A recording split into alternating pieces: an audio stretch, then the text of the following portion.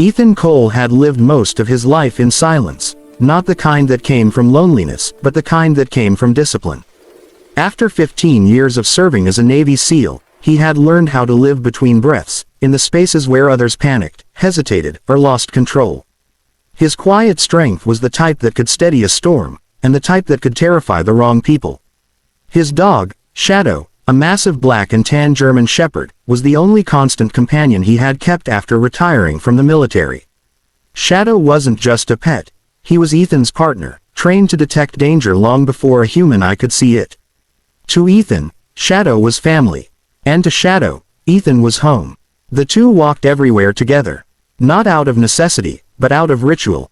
Every morning in the small coastal town of Ridgewater, Ethan took Shadow for a long walk along the waterfront, watching the sunrise spread gold across the ocean.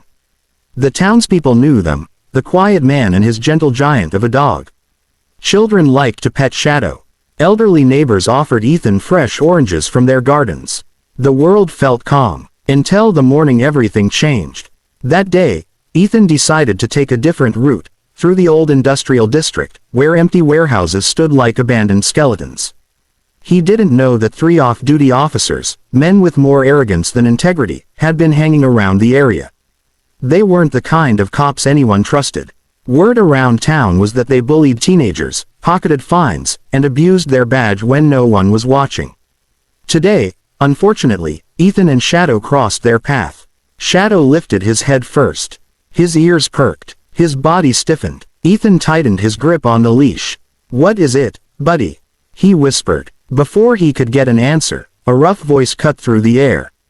Well, look what we got here," one of the officers said. A big boy with his oversized mutt. Another snickered, probably compensating for something. They were large men, loud, and already half-drunk judging by the bottles on the ground. Shadow stood tall, positioning himself slightly in front of Ethan, not aggressive, just alert. Ethan simply adjusted his cap and tried to walk around them. But they stepped in front of him. "Where you think you're going?" the tallest officer said, puffing his chest. "You walk your dog through our spot, you gotta pay a toll." Ethan didn't respond. He just offered a polite, controlled smile. "We're just passing through." The officer smirked and leaned closer. "I wasn't asking," Shadow growled. Not a loud, threatening growl, but a low, protective one. Ethan placed a calming hand on his back. The second officer pointed at Shadow. "Hey, your mutt better shut up before I make him." Ethan's eyes sharpened. An almost invisible shift, but a dangerous one. "He's just doing his job," Ethan said softly. "And I'd appreciate it if you didn't threaten him." The officers laughed, but the laughter had an edge. The kind of laughter bullies use when they sense fear. Except Ethan wasn't afraid. He adjusted his stance slightly, feet grounded, shoulders relaxed, posture neutral.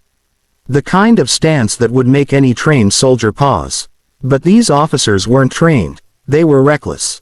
The tallest officer poked Ethan's chest. "You got a problem." Shadow erupted with a bark so sharp and sudden that the men jumped back a step. Ethan grabbed the leash firmly, but Shadow remained in control, ears forward, tail straight, body coiled like a spring. He stood between Ethan and danger, refusing to move. The officers got angry, embarrassed, threatened. "You better control your dog," one barked. "Or we'll put him down." Ethan took a slow breath. Memories flashed, of nights overseas when Shadow saved lives, when danger was real, when enemies had no warning before the SEAL team struck. Shadow was not a dog you threatened lightly. "Gentlemen," Ethan said calmly, "I don't want trouble. Just let us pass." But bullies didn't let people pass. Bullies needed to prove they were bigger than the person in front of them. The third officer grabbed an empty bottle from the ground and lifted it as if to swing it toward Shadow. Ethan's body reacted before his mind did. He stepped forward, placing himself between the dog and the bottle. "Don't," he said, quiet but razor sharp. The officer smirked. "Or what?" Ethan didn't answer. Shadow's growl vibrated like distant thunder. Then it happened. The officer swung the bottle, slowly, sloppily, angrily. Ethan's training clicked into place. His hand shot up, catching the officer's wrist midair. The man gasped. Another officer stepped forward, but Ethan pivoted, using the man's weight to pull him off balance. The bottle fell and shattered at their feet. Shadow barked once. Loud, powerful, commanding. What the? Who are you? One officer shouted, stepping back as Ethan released the man's wrist. Just a man. Just a quiet stranger. At least, that's what they thought. At least, that's what they wanted to believe. But now, doubt flickered in their eyes. The second officer clenched his fists. You think you can fight us? Ethan shook his head. I'm trying not to. His voice was steady, unshaken. Something in his control scared them even more. No civilian moves like that, the tallest officer muttered. Shadow, still guarding Ethan, growled again.